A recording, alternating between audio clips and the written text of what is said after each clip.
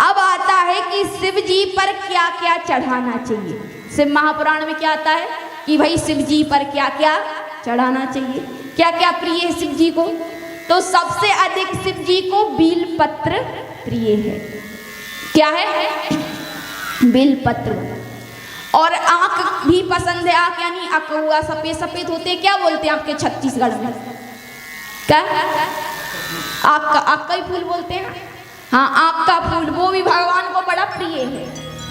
तो बिल्व पत्र, अच्छा ध्यान रखें आप, लोग बहुत सी गलतियां करते हैं, आप बढ़िया ध्यान रखिए इन बातों का कि जब आप बिल पत्र तोड़ने जाएं तो जिस दिन आपका व्रत हो, जिस दिन आप पूजा करने वाले हो, उस दिन बिल पत्र को नहीं तोड़ना चाहिए, उससे एक दिन पहले ही तोड़ कर रख लो। कई बार लोग क्या करते हैं, जिस दिन व्रत है, जिस दिन पूजा करनी है, जाएंगे और डंडी की डंडी तोड़ कर ले आएंगे। ऐसा ही करते? ऐसा नहीं करना चाहिए, इससे पाप लगता है। जिस दिन आपका व्रत है उससे एक दिन पहले ही आप तोड़ कर रख लें, क्योंकि बील्व पत्र 11 दिन तक पवित्र माना जाता है। कितने दिन तक? 11 दिन तक पवित्र माना जाता है।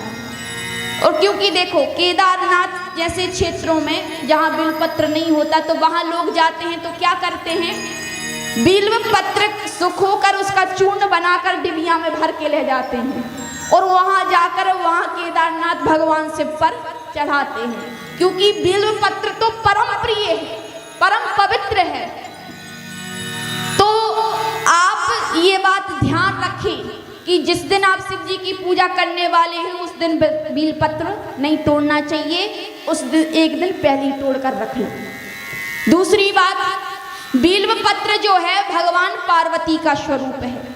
जब आप तोड़ने जाओ तो एक लोटा जल लेकर जाओ, बिल्व पत्र पर चढ़ाओ और प्रार्थना करो कि हे माता पार्वती का स्वरूप है बिल्व पत्र, तो मैं आपको तोड़कर भगवान भोलेनाथ की प्रसन्नता के लिए ले जा रहा हूँ, अपना कार्य सिद्ध करने के लिए ले जा रहा हूँ, तो आप कृपा करके हमें आज्ञा दीजिए। ऐसे प्रार्थना करके फिर हमें बिल्व पत्र तोड़ना चाहिए। और मैं यह याद रखिए, जब हम बिल्व पत्र चढ़ाते हैं, है ना, तो कितने कितने पत्ती का बिल्व पत्र होता है? 3 पत्ती का तो होता ही है ना। त्रिदलम त्रिगुणाकारम त्रिनेत्रम त्रिदायुधम त्रिजन्म पाप संहारम एक बिल्वम शिवार्पणम। यदि आप 3 पत्ती वाला बिल्व पत्र चढ़ाते हैं, आप बिल्व पत्र चढ़ाएं तो पहले तो उसे अच्छे धो लें, धोकर पोंछकर राम नाम लिख लें। क्या लिख लें? क्योंकि राम नाम अंकित बिल्व पत्र भगवान शिव को बड़ा प्रिय है। राम नाम लिख लें, फिर बिल्व पत्र चढ़ाएं। 7 चढ़ा दें, 11 चढ़ा दें, 21 चढ़ा दें। इस प्रकार से बिल्व पत्र चढ़ाना चाहिए। मान लो यदि आपने 3 पत्ती वाला बिल्व पत्र 1000 चढ़ाए और कहीं आपको 4 पत्ती वाला बिल्व पत्र एक मिल गया, तो 4 पत्ती वाला बिल्व पत्र एक चढ़ाने से, एक ही चढ़ाओगे तो 1000 बिल्व पत्र के फल का फल प्राप्त होगा, 4 पत्ती वाला बिल्व पत्र चढ़ाने से। और मान लो यदि आपने 4 पत्ती वाला बिल्व पत्र 1000 चढ़ा दिए और कहीं 5 पत्ती वाला बिल्व पत्र मिल गया, तो ये तो भगवान शिव का ही स्वरूप है, ये नहीं मिलते हर किसी को। बहुत कभी मिल जाए तो है, नहीं तो नहीं मिलते। और जो यदि 5 पत्ती वाला बिल्व पत्र चढ़ा दे तो भगवान शिव तो उस पर परम प्रसन्न हो जाते हैं। ये 5 पत्ती वाला बिल्व पत्र भगवान शिव का ही स्वरूप माना जाता है, क्योंकि भगवान शिव हैं पंचानन। क्या है? पंचानन, 5 मुख हैं। और यदि पंचानन पर 5 पत्ती वाला बिल्व पत्र चढ़ा दो तो भगवान परम प्रसन्न होते हैं। अच्छा, एक बात और याद रखना, जो हम भगवान शिव पर चढ़ाते हैं ना, जैसे कि घी चढ़ाएं, दूध चढ़ाएं, दही चढ़ाएं, बिल्वपत्र चढ़ाएं, आँख चढ़ाएं, तो ये सब चढ़ने के बाद जो है वो भगवान शिव जी का निर्माल्य बन जाता है। चढ़ने के बाद क्या बन जाती हैं ये चीजें? निर्माल्य, है ना। और यदि ये चीजें निर्माल्य, ये चढ़ाई हुई चीजें यदि ये निर्माल्य आपके पैर को छू गई, जैसे कि आप मंदिर में जाते हो तो बेलपत्र चढ़े हुए नीचे पड़े रहते हैं, और यदि चढ़े हुए बेलपत्र आपके पैर के नीचे आ गए तो आपके सारे पुण्य उसी क्षण नष्ट हो जाते हैं, क्योंकि ये भगवान पर चढ़े हुए बेलपत्र निर्माल्य स्वरूप हैं। जो भी चढ़ता है वो निर्माल्य बनता है, और यदि आप उसे लांघ गए, यदि पैर के नीचे पड़ गया तो आपके सारे पुण्य नष्ट हो जाते हैं। इसलिए ध्यान रखना, आप कहीं भी जाएं, यदि बिल्वपत्र नीचे पड़े हों तो उन्हें उठाकर प्रणाम करके एक ओर रख देना। याद रखना उन पे पैर ना पड़े, यदि पैर पड़ गया तो सारे पुण्य नष्ट हो जाते हैं, इसलिए उन पर पैर नहीं पड़ना चाहिए। तो भगवान शिव को बिल्व पत्र बहुत प्रिय है, आक बहुत प्रिय है, धतूरा बहुत प्रिय है कि नहीं? ये चीजें भगवान शिव को बड़ी प्रिय हैं। अच्छा, एक चीज और भगवान शिव को बड़ी प्रिय है, क्या? रुद्राक्ष। रुद्राक्ष भगवान शिव ही तो पहनते हैं, और बाकी के जो विष्णु भगवान के भक्त होते हैं वो तो तुलसी पहनते हैं, लेकिन रुद्राक्ष भगवान शिव के भक्त और शिव स्वरूप ही है रुद्राक्ष। रुद्राक्ष की बड़ी महिमा है महाराज। मैया ध्यान से सुनना, रुद्राक्ष की उत्पत्ति कैसी हुई पता है आपको? सुना आपने कभी? रुद्राक्ष उत्पन्न कैसे हुआ? इसकी शास्त्रों में कई कथाएं हैं कि ऐसे हुआ ऐसे हुआ।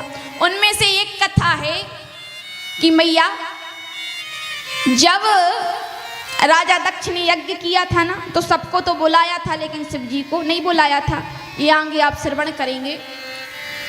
तो जब माता सती के समक्ष भगवान शिव जी का अपमान हुआ दक्ष के यहाँ, तो माता सती उसी यज्ञ अग्नि में अपनी देह को भस्मीभूत कर लेती हैं। जब ये बात शिव जी को पता चलती है और जब शिव जी आते हैं तो माता सती की जली हुई देह को उठाकर और तांडव करने लगते हैं। देखा होगा आपने टीवी में। तो जब मृत्यु का प्रलय का तांडव करने लगते हैं तो सब देवता घबरा गए, भयभीत हो गए, और सोचा कि यदि ऐसा ही तांडव भोलेनाथ क्रोध में करते रहे तो पृथ्वी पर प्रलय आ जाएगा। क्या आ जाएगा? प्रलय आ जाएगा। तब भगवान विष्णु ने क्या किया कि देखो, जब तक ये माता सती का जला हुआ शरीर इनके पास रहेगा, ये ऐसे ही क्रोध में भरकर तांडव करते रहेंगे। तो भगवान विष्णु ने अपने सुदर्शन चक्र से सती जी के अंग अंग को काट दिया, और जब वो कटे तो नीचे गिरे, तो 52 अंग कटकर 52 जगह गिरे जहां 52 शक्तिपीठों का निर्माण हुआ। जो शक्तिपीठ बने हैं ना 52, वो माता सती के जहां अंग गिरे हैं वहीं पर शक्तिपीठों का निर्माण हुआ। अच्छा, जब सब कटकर गिर गए तो जब भगवान शिव ने देखा तो हाथ में कुछ नहीं था, सिर्फ सती की भस्म थी, राख थी। ये देखकर भगवान शिव की आंखों से आंसू आ गए, और जब वो आंसू धरती पर गिरे तो वहीं से, उन्हीं आंसू के धरती पर गिरने से रुद्राक्ष की उत्पत्ति हुई। भगवान के आंसुओं से। किससे हुई? भगवान के आंसुओं से रुद्राक्ष की उत्पत्ति हुई। अच्छा मैया, जब आंसू गिरे तो उन आंसू से 4 प्रकार के रुद्राक्ष के वृक्ष उत्पन्न हुए। कितने प्रकार के? 4 प्रकार के। तो 4 प्रकार के रुद्राक्ष हैं, ध्यान से सुनना मैया। उसमें से जो सफेद रंग का रुद्राक्ष है वो ब्राह्मण के लिए होता है। देखा तुमने सफेद? अब देखा ही नहीं, सिर्फ लाल देखा है ना? होता है क्योंकि महाराज से महापुराण में वर्णन है तो होता है।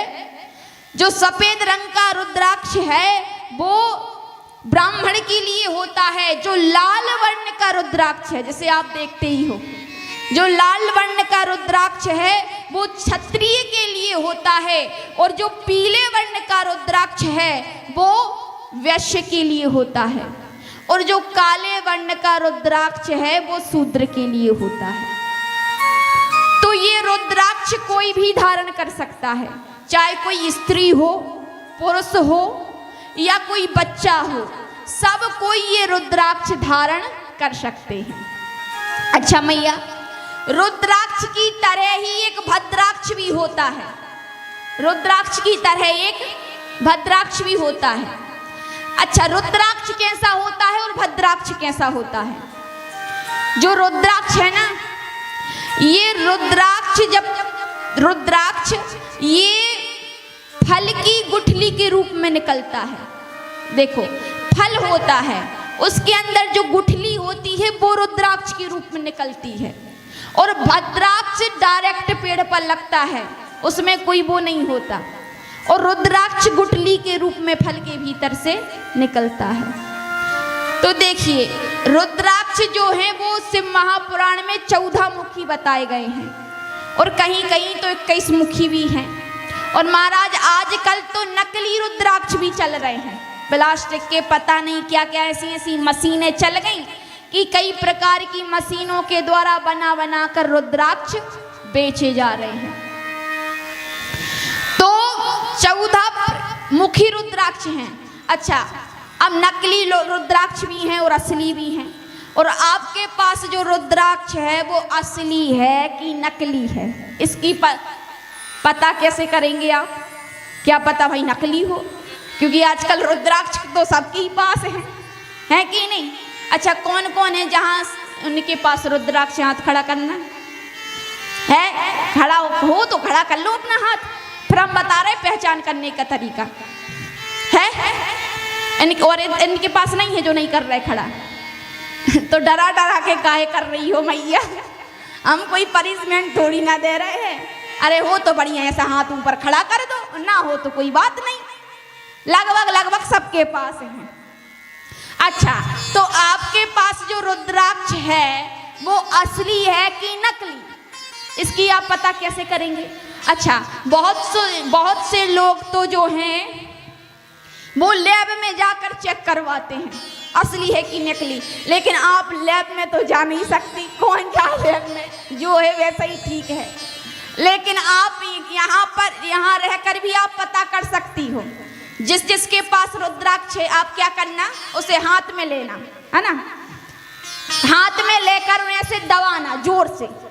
जब आप दबाओगी तो दबाकर यदि गड्ढी में ओम की आकृति बन जाए तो वो असली है, और यदि ओम की आकृति नहीं बनती तो वो नकली है।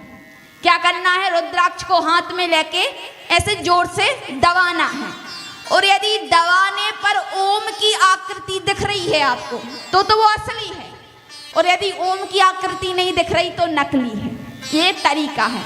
और दूसरा तरीका ऐसे भी कहते हैं कि आप रुद्राक्ष को पानी में डालो, यदि रुद्राक्ष नीचे बैठ गया पानी के तो असली है, और यदि ऊपर ही तैर रहा है तो नकली है।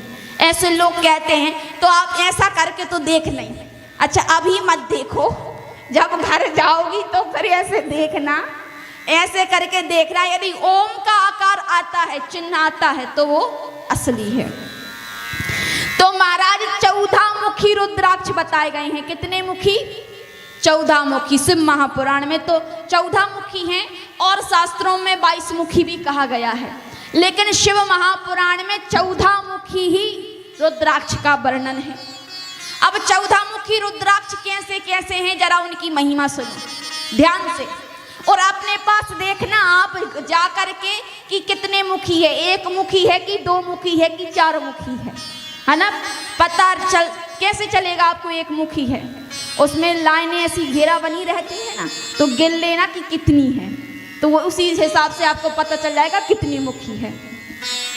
अच्छा, 1 मुखी रुद्राक्ष अगर आपको मिल जाए तो ये काजू की तरह होता है, छोटा सा 1 मुखी, और ये 1 मुखी रुद्राक्ष साक्षात शिव के समान होता है। एक महिमा सुनो 1 मुखी रुद्राक्ष की। यदि एक मुखी रुद्राक्ष आपके पास है तो ये एक मुखी रुद्राक्ष साक्षात शिव के समान होता है।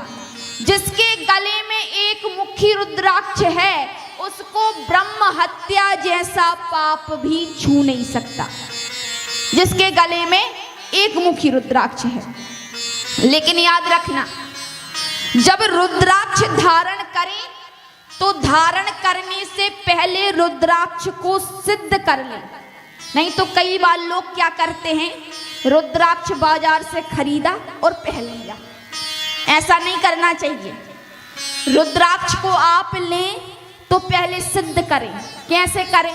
देखो, रुद्राक्ष आपके पास है, आप लो उसे, पहले भगवान शिव के सामने उसे रखकर गंगा में स्नान करवाओ। फिर 108 नाम से या 1008 नाम से जप करके उसको शुद्ध करो, सिद्ध करो। अच्छा, यदि एक मुखी रुद्राक्ष को सिद्ध करने का मंत्र क्या है? ओम हिम नमः, ओम हिम नमः। यदि ये मंत्र नहीं आ रहा है आपको तो ओम नमः शिवाय कहकर भी आप कर सकते हैं। 1008 बार या 108 बार आप सिद्ध करके फिर उसे पहनिए। तो जैसे ही आप सिद्ध करके पहनेंगे तो उस रुद्राक्ष की शक्ति का संचार होगा और वो आपके ऊपर प्रभाव दिखाएगी। तो ये तो हो गया एक मुखी रुद्राक्ष। अब दो मुखी, दो मुखी रुद्राक्ष देवेश्वर कहा गया है। देव देवेश्वर, वह संपूर्ण कामनाओं को पूर्ण करने वाला है। यदि आपके पास दो मुखी रुद्राक्ष है तो वो आपको संपूर्ण कामनाओं का फल प्रदान करने वाला है। दो मुखी रुद्राक्ष गौ हत्या जैसे पाप से भी आपको मुक्त कर देता है। गौ हत्या जैसे पाप से भी आपको मुक्त कर देता है। और दो मुखी रुद्राक्ष को सिद्ध करने का मंत्र है ओम नमः, ओम नमः। ये 14 मुखी रुद्राक्ष के सिद्ध करने के 14 मंत्र है महाराज। यदि आप कंफ्यूज हो जाओ कि हमारे पास इतने मुखी है और इसके लिए क्या मंत्र था, भूल गए हम, तो आप ओम नमः शिवाय कहकर भी उसे सिद्ध कर सकते हैं। अच्छा, 3 मुखी रुद्राक्ष, 3 मुखी रुद्राक्ष बहुत ही प्रभावशाली होता है। उसके प्रभाव से सारी विद्याएं प्रतिष्ठित हो जाती हैं। इसलिए विद्यार्थियों को 3 मुखी रुद्राक्ष अवश्य धारण करना चाहिए, क्योंकि 3 मुखी रुद्राक्ष धारण करके विद्यार्थी जो पढ़ते हैं ना तो वो उन्हें जल्दी याद हो जाएगा। 3 मुखी रुद्राक्ष की महिमा है कि जो 3 मुखी रुद्राक्ष पढ़ता मतलब धारण करता है और फिर यदि कुछ पढ़े और कुछ कार्य करे तो उसे सफलता जरूर मिलती है। ये 3 मुखी रुद्राक्ष की महिमा है। इसलिए 3 मुखी रुद्राक्ष विद्यार्थियों को, बच्चों को तो जरूर धारण करना चाहिए। और इस 3 मुखी रुद्राक्ष के सिद्ध करने का मंत्र क्या है? ओम क्लीम नमः। क्या? ओम क्लीम नमः। यदि घर जाते जाते भूल जाओ तो ओम नमः शिवाय, ओम नमः शिवाय कहकर भी आप इसे सिद्ध कर सकते हैं। अच्छा, अब 4 मुखी रुद्राक्ष, 4 मुखी रुद्राक्ष साक्षात ब्रह्म का स्वरूप है। ये ब्रह्म हत्या जैसे पाप से भी मुक्त कर देगा, ब्रह्म हत्या जैसे पाप से भी। 4 मुखी रुद्राक्ष का यदि कोई दर्शन कर ले और स्पर्श कर ले तो शीघ्र ही उसे अर्थ, धर्म, काम, मोक्ष तक की प्राप्ति हो जाती है। ऐसी महिमा है 4 मुखी रुद्राक्ष की। और 4 मुखी रुद्राक्ष को सिद्ध करने का मंत्र क्या है? ओम ह्रीं नमः। और यदि नहीं आता तो ओम नमः शिवाय कहकर भी आप कर सकते हैं। अब आता है 5 मुखी रुद्राक्ष। कौन सा? एक एक से पूरे रुद्राक्ष की महिमा सुनिए आप, क्यों रुद्राक्ष की कितनी महिमा है। 5 मुखी रुद्राक्ष, पंचमुखी रुद्राक्ष साक्षात रुद्र का स्वरूप है। किसका स्वरूप है? रुद्र का स्वरूप है। यह रुद्राक्ष सब कुछ करने में सामर्थ्य है। आपकी सभी मनोकामनाओं को भी पूर्ण करने में सामर्थ्य है। 5 मुखी रुद्राक्ष है, वो पापों पापों को भी नष्ट कर देता है। जो पंचमुखी रुद्राक्ष पहनते हैं उसके जीवन के सारे पाप नष्ट हो जाते हैं। मुक्ति को देने वाला है, भक्ति को देने वाला है, लेकिन इसे पहनने से पहले सिद्ध करना है। और इसको सिद्ध करने का मंत्र क्या है? ओम ह्रीं नमः। और यदि नहीं आए तो ओम नमः शिवाय 108 बार 1008 बार ओम नमः शिवाय कहकर आप उसे सिद्ध कर सकते हैं। अच्छा, 6 मुखी रुद्राक्ष। 6 मुखी रुद्राक्ष कार्तिकेय का स्वरूप माना गया है, क्योंकि कार्तिकेय के कितने मुख हैं? कौन बता सकता है कार्तिकेय के कितने मुख हैं? बताओ। अरे किसी को तो क्यों बाबा, आपको तो पता ही होगा। बताओ भाई, कार्तिकेय के कितने मुंह हैं? मैया देखो, मैया बता रही। मैया के लिए एक बार जोरदार तालियां भाई।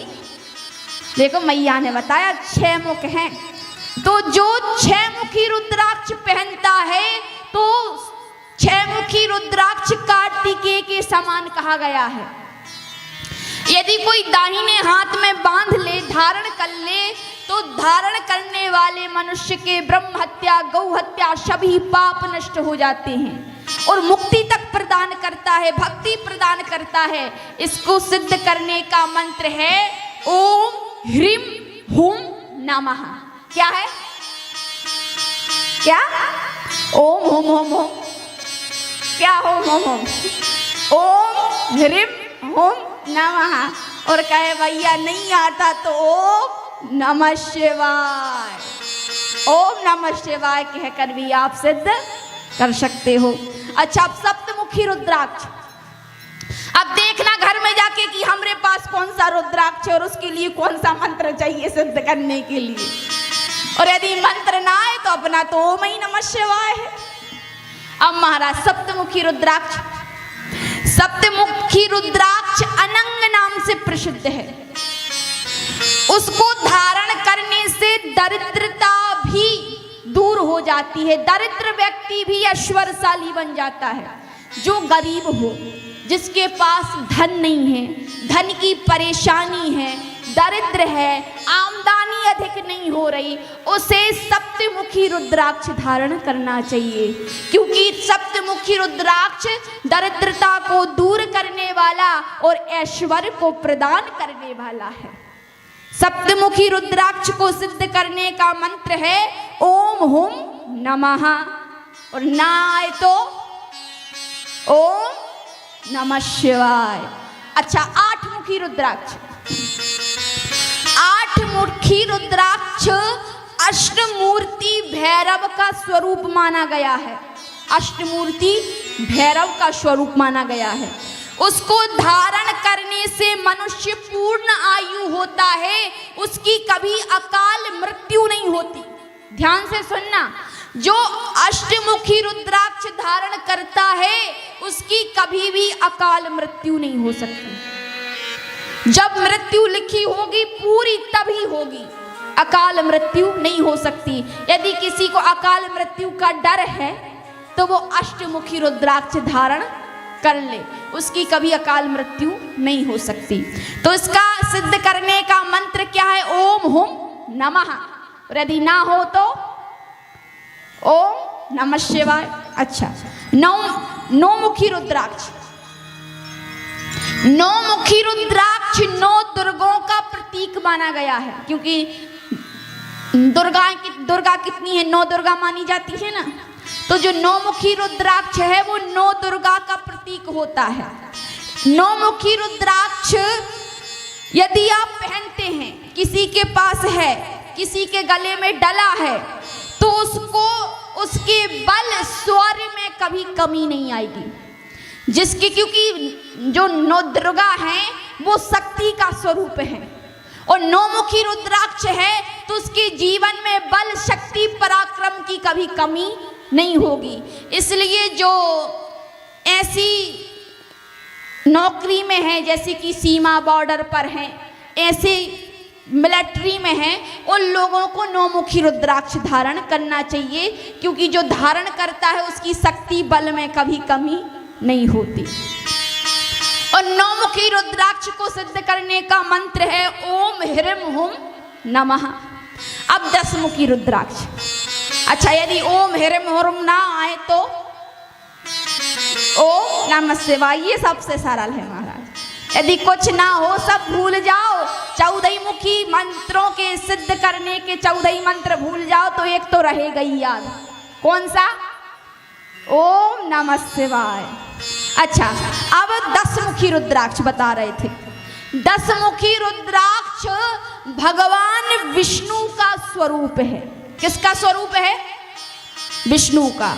उसको धारण करने से मनुष्य की सभी कामनाएं पूर्ण होती हैं। और इसका मंत्र क्या है? ओम ह्रीं नमः। और ना हो तो ओम नमः शिवाय। अच्छा, 11 मुखी रुद्राक्ष। 11 मुखी रुद्राक्ष जो है वो रुद्र स्वरूप है। एकादश रुद्र होते ना, 11 रुद्र होते हैं ना।